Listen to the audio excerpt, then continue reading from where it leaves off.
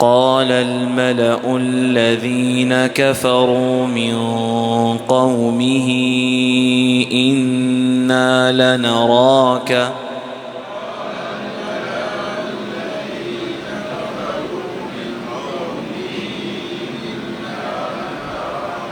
إنا لنراك في سفاهة وإنا لنظنك من الكاذبين.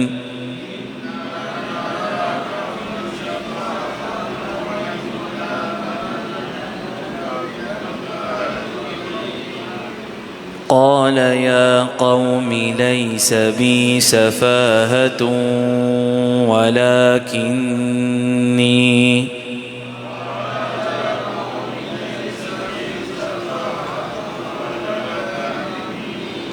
ولكني رسول من رب العالمين.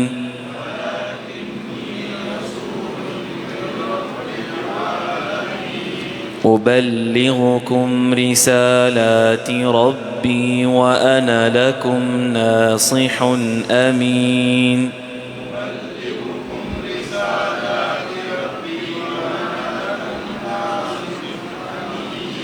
أوعجبتم أن جاءكم ذكر من ربكم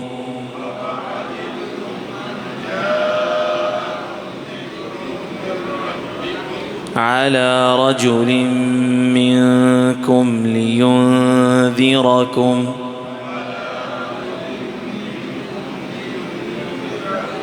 واذكروا إذ جعلكم خلفاء من بعد قوم نوح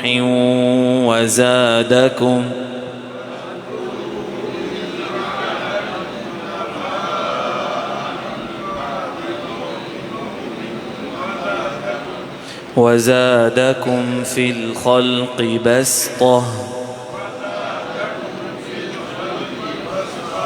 فاذكروا آلاء الله لعلكم تفلحون.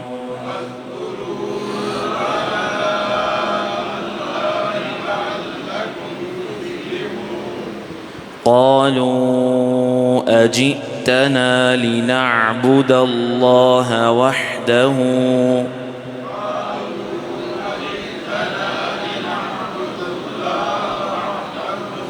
ونذر ما كان يعبد آباؤنا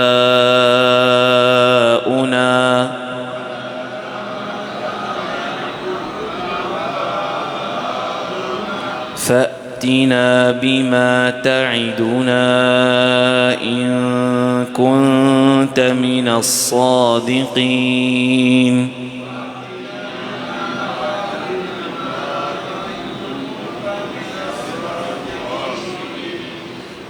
قال قد وقع عليكم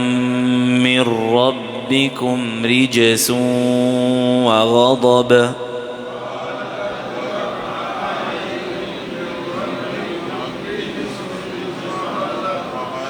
أتجادلونني في أسماء سميتموها أنتم وآباؤكم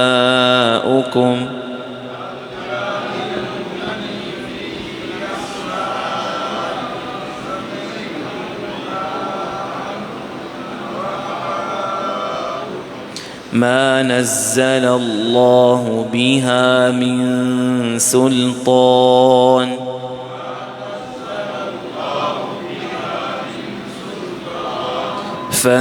فانتظروا إني معكم من المنتظرين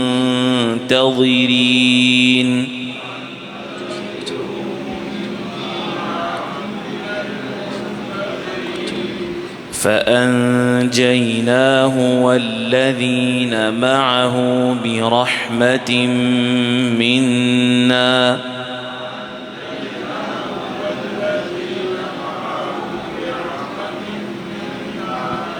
وقطعنا دابر الذين كذبوا بآياتنا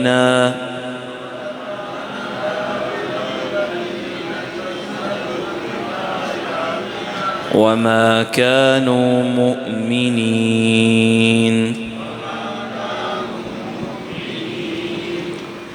وَإِلَىٰ عَادٍ أَخَاهُمْ هُودًا اور عاد کی جانب ان کے بھائی ہود کو قال یا قوم اعبدوا اللہ تو اس نے کہا ہے میری قوم اللہ کی عبادت کرو ما لکم من الہ غیرہ تمہارے لیے اس کے سوا کوئی معبود نہیں افلا تعقلون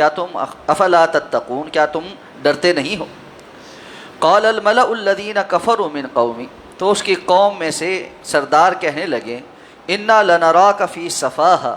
یقیناً ہم البتہ آپ کو دیکھتے ہیں بے وقوفی میں وَإِنَّا لَنَظُنُّكَ مِنَ الْكَاذِبِينَ اور یقیناً ہم آپ کو جھوٹوں میں سے گمان کرتے ہیں قال یا قومی تو اس نے کہا میری قوم لیس بی سفاہۃ مجھ میں کوئی بے وقوفی نہیں ہے وَلَكِنِّي رَسُولٌ مِّن رَبِّ الْعَالَمِينَ لیکن میں یقیناً جہانوں کے رب کی جانب سے ایک رسول ہوں اُبَلِّغُكُمْ رِسَالَاتِ رَبِّي تم تک اپنے رب کے پیغامات پہنچاتا ہوں وَأَنَا لَكُمْ نَاصِحٌ أَمِينٌ اور میں تمہارے لیے بڑا ہی خیر خواہ اور امین ہوں أَوَعَجِبْتُمْ أَنْ جَاءَكُمْ ذِكْرٌ مِّن رَبِّكُمْ کیا تم اس بات پر تعجب کرتے ہو کہ تمہارے پاس تمہارے رب کی جانب سے ایک نصیحت آئی ہے عَلَىٰ رَجُلٍ مِّنكُمْ ایک بندے پر تمہیں میں سے لِيُنذِرَكُمْ تاکہ وہ تمہیں ڈرائے وَاذْكُرُوا اور یاد کرو اِذْ جَعَلَكُمْ خُلَفَاءَ مِن بَعْدِ قَوْمِ نوح کہ جب اس نے تمہیں جانشین بنایا قوم نوح کے بعد وَزَادَكُمْ فِي الْخَلْقِ بَسْطًا اور اس نے تمہیں قد و قامت میں پھیلاؤ عطا فرمایا فَاذْكُرُوا آلَاءَ اللَّهِ تو پس یاد کرو اللہ کی نعمتوں کو لَعَلَّكُمْ تُفْلِحُونَ کہ شاید کہ تم فلاح پا جاؤ قالوا تو کہنے لگے اجئتنا لنعبد اللہ وحدہ کیا آپ ہمارے پاس اس لیے آئے ہیں کہ ہم ایک ہی اللہ کی عبادت کرنا شروع ہو جائیں وَنَذَرَ مَا كَانَ يَعْبُدُ آبَاؤُنَا اور ان کو چھوڑ دیں جن کی عبادت ہمارے آباء و اجداد کرتے چلے آئے فَأْتِنَا بِمَا تَعِدُنَا تو پس لے آئیے اس کو جس کا آپ ہم سے وعدہ کرتے ہیں ان كُنتَ مِنَ الصَّادِقِينَ اگر آپ ہیں سچوں میں سے قَالَ قَدْ وَقَعَ عَلَيْكُمْ مِنْ رَبِّكُمْ رِجْسٌ وَغَضَبٌ تو اس نے کہا کہ تم پر واقع ہو چکا تمہارے رب کی جانب سے ایک بھاری عذاب اور اس کا غصہ اتجادلوننی کیا تم مجھ سے جھگڑا کرتے ہو فی اسماء ایسے ناموں کے بارے میں سمیتموہا انتم و آباؤکم جو گھڑ لیے ہیں یا جن کو نام بنا لیا ہے تم نے اور تمہارے آباء و اجداد نے ما نزل اللہ بہا من سلطان جس کے بارے میں اللہ نے کوئی دلیل نازل نہیں کی فانتظروا تو بس انتظار کرو انی معکم من المنتظرین یقیناً میں بھی تمہارے ساتھ انتظار کرنے والوں میں سے فانجیناہ تو بس ہم نے اس کو نجات دی والذین معہ اور جو ان کے ساتھ تھے برحمت منا اپنی رحمت سے وقطعنا دابر الذین کذبوا بآیاتنا اور ان لوگوں کی جڑ کاٹ دی جنہوں نے ہماری آیات کو جھٹلایا، وما کانوا مؤمنین، اور نہیں تھے وہ ایمان لانے والے۔ مختلف اقوام کا جنہوں نے اپنے انبیاء کی دعوت کو جھٹلایا تذکرہ شروع ہو چکا ہے۔ گزشتہ آیات میں قوم نوح کا تذکرہ ہوا تھا۔ ہم انشاءاللہ جیسے جیسے ایک قوم کا تذکرہ آ رہا ہے اس کو مکمل پڑھ کر انشاءاللہ اس سے گزریں گے، کیونکہ تفصیلی جو ان اقوام کے بارے میں مسائل ہیں یا قرآن میں جو باتیں ذکر ہوئی ہیں وہ بہت دفعہ پہلے ہو چکی ہیں۔ تو قوم عاد یہ حضرت ہود علیہ السلام کی قوم تھی۔ عربوں کی قدیم اقوام جن کا تذکرہ ملتا ہے ان میں سے قوم عاد بھی ہے۔ یہ نوح علیہ السلام کی قوم کے بعد آباد ہونے والے لوگ جو تھے یا ان کی نسلوں میں سے جو لوگ تھے وہ تھے۔ حضرت نوح علیہ السلام کے ساتھ کشتی میں جو لوگ موجود تھے وہ مومن تھے، اور پھر جب طوفان تھما اور اللہ رب العزت نے اہل ایمان کو زمین میں بسایا تو وہ چونکہ مومن تھے تو ان کے بعد آنے والے لوگ بھی مومن تھے۔ لیکن پھر کچھ نسلیں جب گزر گئیں تو شیطان کے وار پھر کارگر ہونے لگے اور اس نے ان کو پھر کفر اور شرک کے اندر مبتلا کر دیا، جس طرح قوم نوح کو مبتلا کر دیا تھا۔ تو یہ قوم عاد جو ہے یہ جنوب عرب میں رہتی تھی۔ ان کا علاقہ حجاز کا اور یمن کا، اس کا جو درمیان کا علاقہ یہ سارا ان کا مسکن تھا۔ اور آج جو یمن کا شہر حضر موت ہے، بڑا مشہور شہر ہے، یہ ان کا دار خلافہ ہوتا تھا، دارالحکومت ہوتا تھا۔ اس قوم کی دوسری ایک خصوصیت یہ تھی کہ اللہ نے ان کو جسمانی طور پر بڑی قوت عطا فرمائی تھی۔ قرآن کہتا ہے التی لم یخلق مثلها فی البلاد، کہ ان جیسے اللہ نے دوبارہ پیدا ہی نہیں کی، ایسے قد کاٹ کے ساتھ۔ یہاں پر بھی فرمایا زادکم فی الخلق بسطہ، اللہ نے تمہیں قد و قامت میں پھیلاؤ عطا فرمایا، بڑی جان عطا کی ہے تم۔ تو یہ جسمانی طور پر بہت مضبوط تھے، اور اسی لیے جب اللہ کا عذاب آیا تو اللہ نے فرمایا ان کی لاشیں ایسے پڑی ہوئی تھیں کأنہم اعجاز نخل خاوی، جیسے کھجور کے لمبے لمبے تنے کاٹ کر ان کو کسی جگہ ڈھیر لگا دیا جائے تو جس طرح وہ لمبے تنے ہوتے ہیں اس طرح یہ بھی لمبے تڑنگے تھے، تو ان کے لاشیں اس طرح پڑے ہوئے تھے۔ تو یہ بڑے قد کاٹ والے لوگ تھے۔ قد کاٹ اور جسمانی طاقت اور قوت ہونے کی وجہ سے یہ جو ہے نا گھر بھی اسی طرح مضبوط بناتے تھے، اور پہاڑوں کو تراش کر بھی بناتے تھے اور ویسے بھی بناتے تھے، اور ان کو یہ لگتا تھا کہ ان کو کوئی پوچھنے والا نہیں۔ جب کفر میں آگے بڑھنے لگے تو اللہ تعالیٰ نے حضرت ہود علیہ السلام کو بھیجا، انہوں نے ان کو سب سے پہلے توحید کی دعوت دی، اور پہلے بھی یہ بات ہو چکی ہے کہ تمام انبیاء کی بنیادی دعوت توحید ہے، اللہ کا تعارف کروانا ہے۔ تو اب جب یہ دعوت ان تک پہنچی تو یہ بھی کہنے لگے کہ ہم تو آپ کو ایک بے وقوف انسان سمجھتے ہیں، والعیاذ باللہ۔ یعنی کفر انسان کو ایسا کر دیتا ہے، اس کی عقل ایسی معوف ہوتی ہے کہ باپ دادا کی تقلید اور غیر اللہ کو پوجنا یہ ان کو عقل مندی لگتا ہے، اور جو اللہ کی طرف راغب کرے وہ ان کو بیوقوف نظر آتا ہے۔ فی زمانہ کچھ پڑھے لکھے لوگ جنہوں نے چند ڈگریاں سمیٹ لی ہیں، ان کا بھی بیانیہ ایسے ہی نظر آتا ہے۔ ان کو اللہ رب العزت کی طرف بلاؤ یا دین کی طرف بلاؤ تو ان کو لگتا ہے یہ بیوقوفی ہے، اور دنیا داری کی طرف بلاؤ تو ان کو لگتا ہے یہ عقل مندی ہے۔ تو یہ کہتے ہیں ہم آپ کو بیوقوف سمجھتے ہیں، اور ہمیں تو یقیناً آپ کو گمراہی جھوٹا بھی سمجھتے ہیں کہ آپ کی اس بات میں کوئی حقیقت نہیں، کوئی سچائی نہیں کہ آپ اللہ کے نبی اور رسول ہیں۔ تو انہوں نے کہا کہ میرے اندر کوئی بیوقوفی نہیں ہے، اور مجھے جہانوں کے رب نے اپنا رسول بنا کر تم تک بھیجا ہے، اور میں تم تک اللہ کے پیغامات پہنچاتا ہوں۔ وَأَنَا لَكُمْ نَاصِحٌ أَمِينٌ، حضرت نوح علیہ السلام نے بھی کہا تھا کہ میں تمہارا بڑا خیر خواہ، أَنصَحُ لَكُمْ، اور یہاں حضرت ہود علیہ السلام نے بھی یہی بات کی، أَنَا لَكُمْ نَاصِحٌ أَمِينٌ، میں تمہارے لیے بڑا مخلص اور بڑا امانت داری کے ساتھ اللہ کا یہ پیغام پہنچانے والا ہوں، کسی قسم کی کوئی خیانت نہیں کر،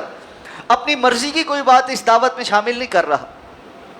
تم اس بات پر حیران ہو کہ اللہ کی طرف سے تمہیں میں سے ایک بندے کو رسول بنا کر بھیجا گیا ہے کہ وہ تمہیں اللہ کے عذاب سے ڈرائے، تو تم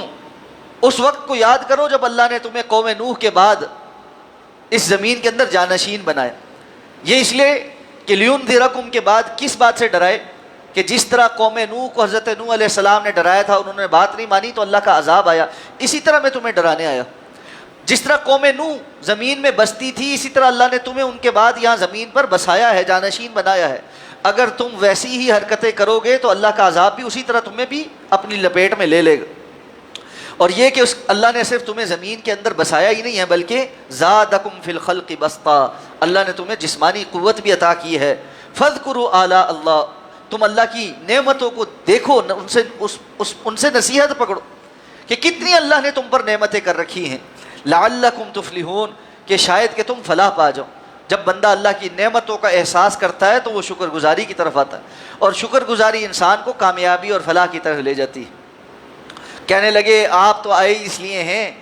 کہ ہم ایک اللہ کی عبادت کریں اور ان سب کو چھوڑ دیں جن کی عبادت ہمیشہ سے ہمارے باپ دادا کرتے آئے ہیں، باپ دادے کا دین چھوڑ دیں، آپ کی باتیں مان کر ایک اللہ کی عبادت کرنے لگ جائیں، یہ کیسے ہو سکتا ہے؟ تو حضرت ہود علیہ السلام نے یقیناً ان کو ڈرایا ہوگا کہ اللہ کا عذاب تم پر آئے گا، لِيُنذِرَكُمْ پہلے بھی کہا، تو کہنے لگے فَأْتِنَا بِمَا تَعِدُنَا، اتنی جسارت، آپ جس کا ہم سے وعدہ کرتے رہتے ہیں نا، ڈراتے رہتے ہیں کہ عذاب آئے گا، پھر لے آئیں وہ عذاب۔ اگر آپ سچے ہیں، ہم تو آپ کو ویسے ہی جھوٹا سمجھتے ہیں، اگر سچے ہیں تو پھر اس عذاب کو لے آئیں۔ قَالَ قَدْ وَقَعَ عَلَيْكُمْ مِنْ رَبِّكُمْ رِجْسٌ وَغَضَبٌ، اس جسارت کے بعد حضرت ہود علیہ السلام نے فرمایا کہ حقیقتاً تو اب تم پر اللہ کی طرف سے ایک بڑا بھاری عذاب اور اللہ کا غضب نازل ہو ہی چکا، اور تم مجھ سے ایسی باتوں میں بحث کر رہے ہو کہ جن کو تم معبود بنائے بیٹھے ہو، اسماء سمیتموها انتم وآباؤکم، تم نے اور تمہارے باپ دادا نے جن ناموں کو گھڑ لیا ہے، تم ان کے لیے مجھ سے لڑ رہے ہو، جن کے بارے میں اللہ نے کوئی دلیل نازل نہیں کی کہ ان کو اللہ رب العزت نے کوئی اختیار دیا ہے۔ اس وقت کے مشرکوں کو بھی یہ بات سمجھ نہیں آتی تھی، آج کے مشرک کو بھی یہ بات سمجھ نہیں آتی۔ جب یہ پوچھا جائے کہ بزرگوں کا احترام سر آنکھوں پر، لیکن کتاب و سنت میں کہاں اللہ اور اللہ کے رسول نے بتلایا ہے کہ اللہ نے ان بزرگوں کو یہ اختیارات دے دیے ہیں، حاجت روا مشکل کشا بنا دیا ہے، مرنے کے بعد صاحب اختیار بنا دیا ہے۔ دنیا میں کسی وقت میں کتب ہوتے ہیں اور ان کی تعداد 20 یا 24 ہوتی ہے، اور اس کے اوپر ابدال ہوتے ہیں اور ان کی تعداد 7 ہوتی ہے، یا ابدال اور الٹی بھی ہے، کچھ کے نزدیک کتب اتنے ہوتے ہیں اور ابدال اتنے ہوتے ہیں، کچھ کہتے ہیں نہیں ابدال زیادہ ہوتے ہیں اور کتب تھوڑے ہوتے ہیں، یہ بھی علیحدہ بحث۔ پھر اس کے اوپر غوث اعظم ہوتا ہے اور وہ ایک ہی ہے، اور ان غوث اعظم سے پہلے بھی کوئی غوث اعظم نہیں رہا اور اب بعد میں بھی کوئی غوث اعظم نہیں۔ تو جب حضرت پیر عبد القادر جیلانی رحمۃ اللہ علیہ پیدا نہیں ہوئے تھے، اس وقت پتہ نہیں غوث اعظم کون تھا، اور اگر کوئی نہیں تھا تو دنیا کا نظام کیسے چل رہا تھا، اور جب وہ دنیا سے چلے گئے تو اس کے بعد دنیا کا نظام وہ کیسے سنبھالنے لگ گئے، جبکہ ان کو قبر میں اتارنے والے انسان، ان کو غسل کفن دینے والے انسان۔ تو یہ ساری باتیں جب آپ پوچھنے لگے تو جواب کوئی نہیں۔ ما نزل اللہ بہا من سلطان، ہمارا تو ایک ہی دعوت ہے جو انبیاء کی دعوت بھی ہے، جس کو اللہ رب العزت کے مقابل حاجت روا، مشکل کشا، دینے والا، بگڑیاں سنوارنے والا، اولادیں دینے والا، رزق دینے والا، بارشیں نازل کرنے والا، جو کچھ تم سمجھتے ہو، دلیل تو دکھاؤ اللہ نے کہا ہے کہ یہ سارے کے سارے کام یہ فلاں فلاں میں اللہ نے تقسیم کر دیے ہیں۔ ما نزل اللہ بہا من سلطان، اللہ نے ایسی کوئی چیز، کوئی دلیل نازل نہیں کی۔ فانتظروا انی معکم من المنتظرین، اب تم کہتے ہو کہ عذاب آئے تو پھر انتظار کرو، میں بھی تمہارے ساتھ انتظار کرتا ہوں۔ اب اللہ کا عذاب آیا، اور قرآن مجید میں جا بجا اللہ رب العزت نے اس عذاب کی تفصیل بیان کی ہے کہ اللہ نے ایک بڑی تیز آندھی ان کے اوپر مسلط کر دی، فی ایام نحسات، ایسے منحوس دن کہ جو ان کے لیے بربادی کے دن تھے،